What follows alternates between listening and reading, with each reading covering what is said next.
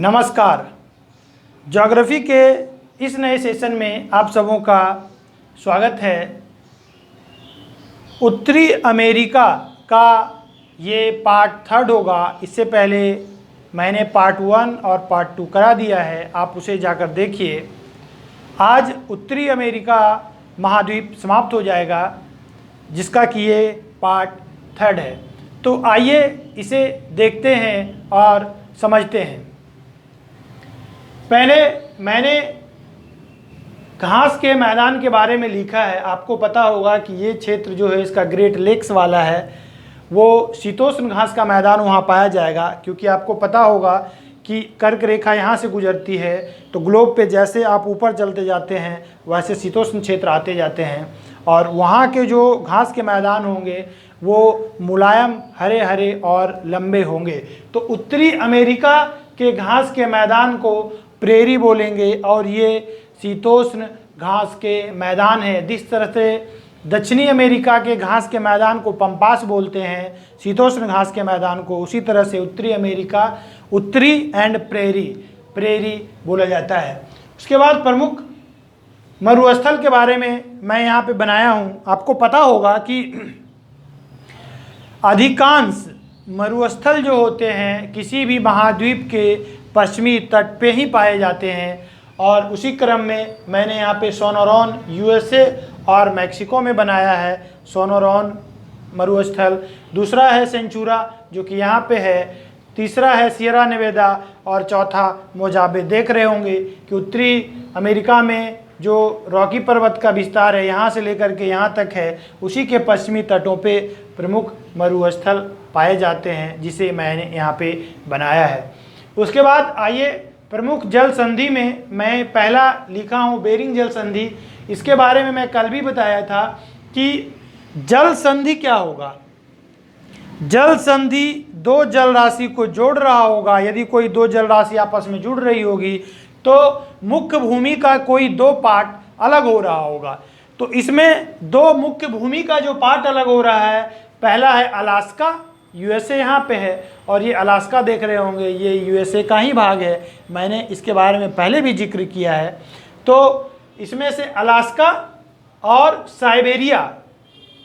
Siberia जो कि रूस का भाग हो जाएगा, और ये अलास्का जो हो जाएगा वो यूएसए का भाग हो जाएगा। इसी के बीच में बेरिंग जल संधि है, और ग्लोब पे जब आप 180 डिग्री देखेंगे तो यहीं से गुजरती है प्रशांत महासागर से होते हुए।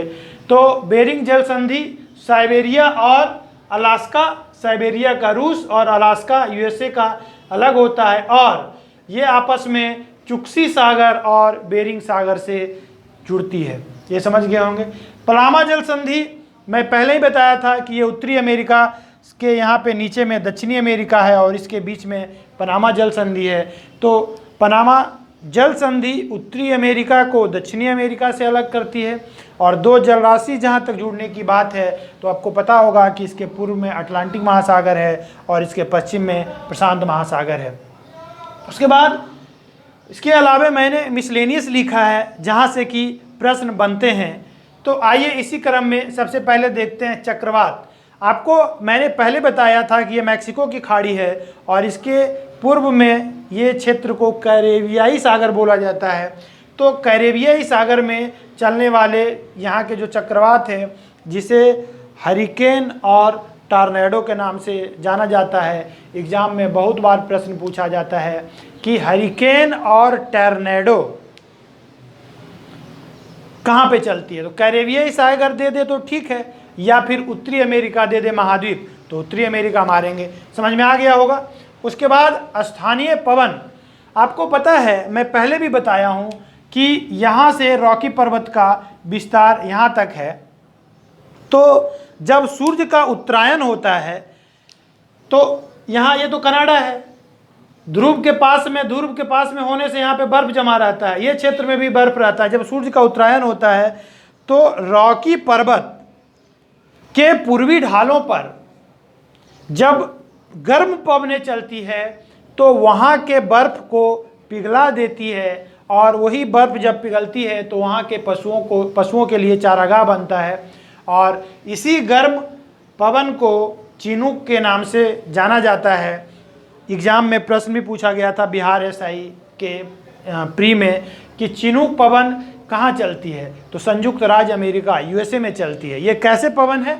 गर्म पवन है। जब उसके पूर्वी ढालों पर यह गर्म पवनें चलती है तो वहाँ के बर्फ को पिघला देती है, जिसके कारण इसी चिनूक को हिमभक्षिणी के नाम से जाना जाता है। तो समझ गए होंगे चिनूक कहाँ पे चलती है। और यही चिनूक जब मैदानी क्षेत्र में पहुँचती है, यहाँ के मैदानी क्षेत्र में पहुँचती है, तो इसे ब्लैक रोलर के नाम से जाना जाता है। तो चिनूक और ब्लैक रोलर एक ही है। जब वो पूर्वी ढालों पर पर्वतों पर चलती है और जब बर्फ़ को पिघलाती है तो हिमभक्षिणी या चिनूक के नाम से जाना जाता है, और यही जब मैदानी क्षेत्रों में चलती है तो ब्लैक रोलर के नाम से जानी जाती है। आपको समझ में आ गया होगा। 2 स्थानीय पवनों के बारे में बताया जो कि गर्म पवनें हैं। उसके बाद यहाँ के मूल निवासी, यूएसए और मैक्सिको के मूल निवासी में रेड इंडियन, एस्किमो और इन्यूट आते हैं। आपको पता होगा कि कनाडा में एस्किमो जनजाति पाई जाती है जो वहाँ के मूल निवासी है, और यह अपने बर्फ़ के घर बनाकर रहते हैं। क्या बताया मैंने, ये जो कनाडा है ये तो ध्रुव के पास में है, तो यहाँ पे बर्फ़ जमा रहता है हमेशा। तो ये अपने घर जो होते हैं बर्फ़ के बनाते हैं, जिसे इग्लू कहा जाता है। यहाँ के जो रनवे होते हैं, प्लेन जहाँ पे उतरते हैं, वो भी बर्फ़ के ही बने होते हैं। और यहाँ पे एक देखिएगा कि रेनडियर कुत्ता होता है जो कि गाड़ी खींचता है। तो इग्लू समझ में आ गया होगा। एस्किमो और इग्लू, एस्किमो यहाँ के जनजाति है और वो जो बर्फ़ के घर बनाते हैं उसे इग्लू कहा जाता है। ये समझ में आ गया होगा। उसके बाद कुछ कुछ इम्पॉर्टेंट चीज़ें हैं जिसे मैंने और भी लिखा है, जैसे कनाडा। कनाडा के बारे में जब बात कीजिए तो विश्व में सबसे बड़ा यूरेनियम का उत्पादक देश कजाकिस्तान है। यूरेनियम का सबसे बड़ा उत्पादक देश कजाकिस्तान। लेकिन तो बोलिएगा यहाँ पे क्यों बात बोल रहे हैं ये चीज़ें, ये तो कजाकिस्तान की बात हो रही है। लेकिन मैं इसलिए बता रहा हूँ कि कनाडा विश्व में दूसरा सबसे बड़ा यूरेनियम का उत्पादक और निर्यातक देश है। देखेंगे कि 4-5 साल पहले जब मोदी जी भारत के प्रधानमंत्री बने थे तो यूरेनियम का जो भारत और कजाकिस्तान और कनाडा और ऑस्ट्रेलिया से भी टाई अप हुआ है ताकि वहाँ से यूरेनियम भारत खरीदेगा। तो कनाडा विश्व का दूसरा सबसे बड़ा उत्पादक और निर्यातक देश है यूरेनियम का। समझ गए होंगे कनाडा के बारे में। दूसरी चीज़ समझिए कि would buffalo national park, Canada का वुड बफेलो नेशनल पार्क विश्व का सर्वाधिक बड़ा पार्क है। और सुलिवान खान जो वहाँ पे है कनाडा में, सीसा और जस्ता को जुड़वा खनिज भी बोला जाता है। और सुलिवान खान कनाडा का विश्व की सबसे बड़ी सीसे और जस्ते की खान है। समझ में आ गया होगा। जुड़वा खनिज बोला जाता है क्योंकि इसके जो खनिज होते हैं एक साथ मिलते हैं, अलग अलग नहीं मिलते हैं, इसीलिए इसे जुड़वा खनिज भी बोला जाता है। तो इसका सुलिवान खान जो है विश्व में प्रसिद्ध है सीसा और जस्ता के लिए। उसके अलावा यूएसए का सैन फ्रांसिस्को देख लीजिए। सैन फ्रांसिस्को को पहले मैंने बताया था कि गोल्डन गेट के नाम से जाना जाता है। सिलिकॉन वैली के नाम से भी जाना जाता है। सिलिकॉन वैली क्यों? क्योंकि सॉफ्टवेयर और कंप्यूटर उद्योग के लिए प्रसिद्ध है। उसी क्रम में आप जब भारत में पढ़ेंगे कि भारत का सिलिकॉन वैली किसे कहा जाता है, तो बेंगलोर को कहा जाता है क्योंकि वहाँ भी कंप्यूटर और सॉफ्टवेयर के लिए प्रसिद्ध है। तो इसी तरह से सिलिकॉन वैली एक्चुअल में सैन फ्रांसिस्को यूएसए का है, जिसे कि सिलिकॉन वैली के नाम से जाना जाता है। क्यों? क्योंकि वह सॉफ्टवेयर और कंप्यूटर के लिए प्रसिद्ध है। उसके बाद आपको पता होगा कि 1913 में एक व्यक्ति थे लाला हरदयाल भारतीय, जिन्होंने कि गदर पार्टी की स्थापना किए थे। हालांकि ये हिस्ट्री का पार्ट है लेकिन सैन फ्रांसिस्को से रिलेटेड है, इसीलिए मैं यहाँ पे बता दिया ताकि सारी चीज़ें एक दूसरे से रिलेटेड रहे, तो एग्जाम में प्रश्न बने तो आपका नहीं छूटे। और गोल्डन गेट के नाम से जाना जाता है, ये मैंने पहले भी बताई थी। हडसन की खाड़ी, ये देखिए यहाँ पे मैंने हडसन की खाड़ी, यहाँ पे उत्तरी ध्रुव के बाद में जो पानी है वो कनाडा का ये अंदर तक घुसा हुआ है। यह विश्व की दूसरी सबसे बड़ी खाड़ी है। विश्व की सबसे बड़ी खाड़ी वे ऑफ बंगाल है, बंगाल की खाड़ी है। उसके बाद हडसन की खाड़ी विश्व की दूसरी सबसे बड़ी खाड़ी है। और कनाडा में सुलेमान खान देख लिए, यूरेनियम का दूसरा है। वुड बफेलो नेशनल पार्क विश्व का सबसे बड़ा है। और कनाडा का मॉन्ट्रियल अखबारी कागज के लिए प्रसिद्ध है। आपको पता होगा कि अखबारी कागज के लिए मॉन्ट्रियल प्रसिद्ध है। मॉन्ट्रियल एक चीज़ों के लिए और प्रसिद्ध है जहाँ से कि बहुत एग्जाम में प्रश्न बनते हैं। आपको पता होगा, पढ़े होंगे जब इकोलॉजी पढ़ रहे होंगे उस क्रम में, मॉन्ट्रियल प्रोटोकॉल पढ़े होंगे। मॉन्ट्रियल प्रोटोकॉल ओजोन का डिप्लीशन, अपक्षय हो रहा था, उसके लिए एक बैठक हुई थी मॉन्ट्रियल में, इसी कनाडा का मॉन्ट्रियल में बैठक हुई थी 1987 में। इसीलिए मॉन्ट्रियल प्रोटोकॉल के नाम से भी जाना जाता है, ओजोन परत को बचाने के लिए। उसके बाद बूटे की खान, तो एक्चुअल में यूएसए में तांबे के लिए दो प्रसिद्ध खान है। एक है बूटे की खान जो कि विश्व की सबसे बड़ी तांबे की खान है, विश्व की सबसे बड़ी तांबे की खान बूटे की खान। और एरिजोना की खान भी तांबे के लिए प्रसिद्ध है, वह भी यूएसए में ही है।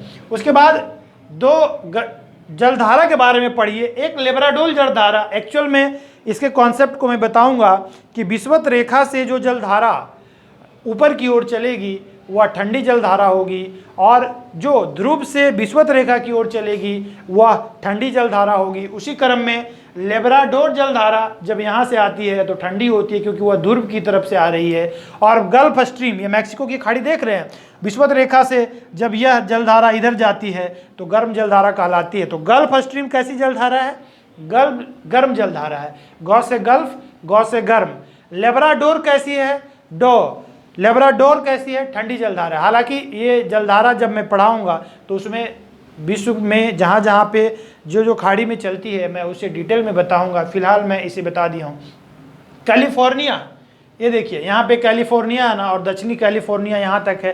तो लॉस एंजिल्स, कैलिफोर्निया का लॉस एंजिल्स शहर जो है वह फिल्म उद्योग के लिए प्रसिद्ध है। और यूएसए का दक्षिणी कैलिफोर्निया जो है, इसे आप अच्छे से याद रखिए, इसे मृत घाटी, डेथ वैली के भी नाम से जाना जाता है, क्योंकि यहाँ की टेम्परेचर जो है वह गर्मियों में 55 से 56 डिग्री सेल्सियस तक पहुँच जाता है।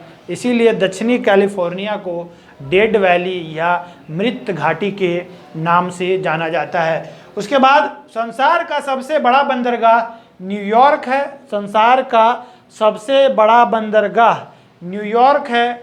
उसके बाद ब्लैक हिल, ब्लू हिल तथा ग्रीन हिल, ब्लैक, ब्लू तथा ग्रीन हिल नामक पहाड़ियाँ यूएसए, संयुक्त राज्य अमेरिका में पाया जाता है।